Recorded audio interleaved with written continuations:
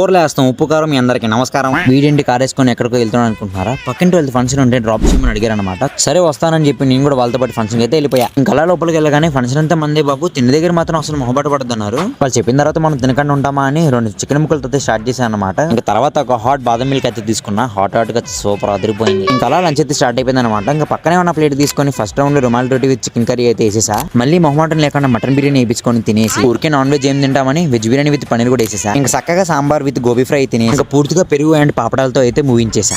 ఇంకా ఇన్ని తిన్నాక కడుపుని కూల్ చేద్దామని ఏముందా అని చూస్తే పక్కనే ఫ్రూట్ సలాడ్ అయితే పెడుతున్నారు. ఇంకా వాళ్ళు పెట్టి వద్దనుకుండా అన్ని పెట్టించుకొని మొత్తం కడుపులో వేసేసా. ఇంకా ఫైనల్ గా ఒక ఐస్ క్రీమ్ కప్ అయితే తీసుకున్నా. కొంతమంది ఫుడ్ ఉన్నా లేకపోయినా ఉంటారేమో కానీ ఐస్ క్రీమ్ అంతా అస్సలు ఉండలేరు. ఇంకా అలా కొంచెం తర్వాత ఇంటికైతే రిటర్న్ అయిపోయాం. వెళ్ళేదారిలో మాత్రం మామూలుగా ట్రాఫిక్ లేదు, పిచ్చ ట్రాఫిక్ ఉంది అసలు. ఇంకా అలా ఇంటికి వెళ్తుంటే ఫుల్ గా వర్షం అయితే పడుతుంది అనమాట. అసలు వ్యూ అయితే కనబట్టలేదు. సో మొత్తానికి ఎలా అయితే ఇంటికి సేఫ్ గా వచ్చేసాం. కార్ డ్రైవ్ చేసినందుకు నాకైతే 500 రూపీస్ ఇచ్చారు. కంటిన్యూగా వీడియోస్ అయితే పెడతా ఉంటాను. మళ్ళీ కలుద్దామే. ఉంటాను. బాయ్.